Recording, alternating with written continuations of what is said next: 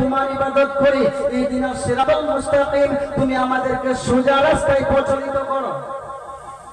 এতক্ষণ বললাম তোমার কাছে সাহায্য চাই, তারপরে বলছি আল্লাহ তুমি সোজা রাস্তায় আমাদেরকে পরিচালিত করো, চলাও, আমরা চলতে যেন পারি।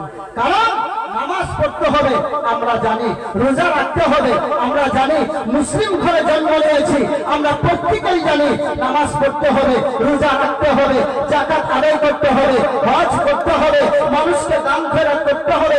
কিন্তু আল্লাহ আমরা পড়তে পারছি না, আমরা চলতে পারছি না, আমরা নামাজে দাঁড়াতে পারছি না। আল্লাহ তুমি আমাদেরকে ওই রাস্তায় চলাও যে রাস্তায় তুমি খুশি হবে। জোরে পড়া যাবে না? এবার নামাজের ভিতরে যখন আপনি বলতেছেন ইহদিনাস সিরাতাল মুস্তাকিম, ওই রাস্তায় পরিচালিত করো, বলে কোন রাস্তায়? এবার নামাজের ভিতরে পড়া হচ্ছে সিরাতাল লাযিনা আন'আমতা আলাইহিম। ও প্যারে মুসলমান, নামাজের ভিতরে আপনি বলতেছেন মাবুদ, ও মাবুদ মাওলা, তুমি আমাদেরকে ওই রাস্তায় পরিচালিত করো। বলে কোন রাস্তায়? ওইটা কোনো কলকাতার রাস্তা নয়, ওইটা কোনো আসামের রাস্তা নয়, ওইটা মুম্বাইয়ের রাস্তা নয়, ওইটা সৌদি আরবের রাস্তা নয়, ওইটা দুবাইয়ের রাস্তা নয়, ওইটা কুয়েতের রাস্তা নয়, ওইটা কাকদ্বীপ এলাকার রাস্তা নয়, ওইটা ধর্মতলার রাস্তা নয়। ও প্যারে মুসলমান, এবার আপনাদের আমাদের ভিতরে প্রশ্ন এসে যাচ্ছে, আল্লাহ পাকের কাছে বলা হচ্ছে আমাদেরকে ওই রাস্তায় চলাও। বলে কোন রাস্তায়? বলে যে রাস্তায় তুমি খুশি। ওই রাস্তাটা কোন রাস্তা? বলে ওই রাস্তা ভারতের রাস্তা নয়, ওই রাস্তাটা বাংলাদেশের রাস্তা নয়, ওই রাস্তাটা দুবাইয়ের রাস্তা নয়। প্যারে মুসলমান, হযরত মোল্লা আলী কারি রাহমাতুল্লাহ আলাইহি মিশকাতের ভিতরে ডাক দিয়ে বলে নবীর উম্মতের ওই রাস্তাটা অন্য কোন রাস্তা নয়, ওই রাস্তাটাই হচ্ছে ওলি আল্লাহদের রাস্তা।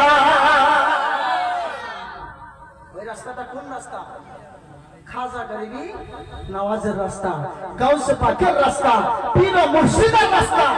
কুরআন সাক্ষী দিচ্ছে বাবা, নামাজে ওলি আল্লাহর শান বলতেছি, নামাজ পড়ে বের হয়ে বলছি ওলি আল্লাহ মানা যাবে? এটা তো ধোঁকাবাজি হচ্ছে বাবা, তাই না বাবা? ধোঁকা দেওয়া হচ্ছে কিনা?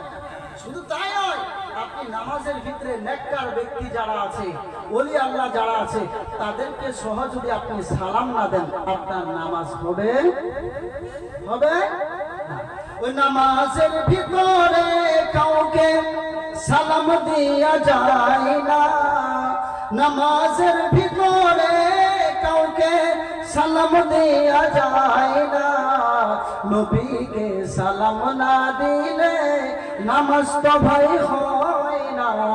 জোরে বলুন সুবহানাল্লাহ। নবীকে যদি সালাম দেয়া না যায়, দেখুন আমার নবী কেমন নবী। বাপকে সালাম দিলে নামাজ ভঙ্গ, মাকে সালাম দিলে নামাজ ভঙ্গ। পৃথিবীর কোন মানুষকে সালাম দেওয়াও যাবে না, সালাম নেওয়াও যাবে না। নাম ধরে, আর ওই জায়গায় নবীকে নাম ধরে সালাম না দিলে তার নামাজ। তাহলে আমাদের নবীর দরকার আছে কিনা?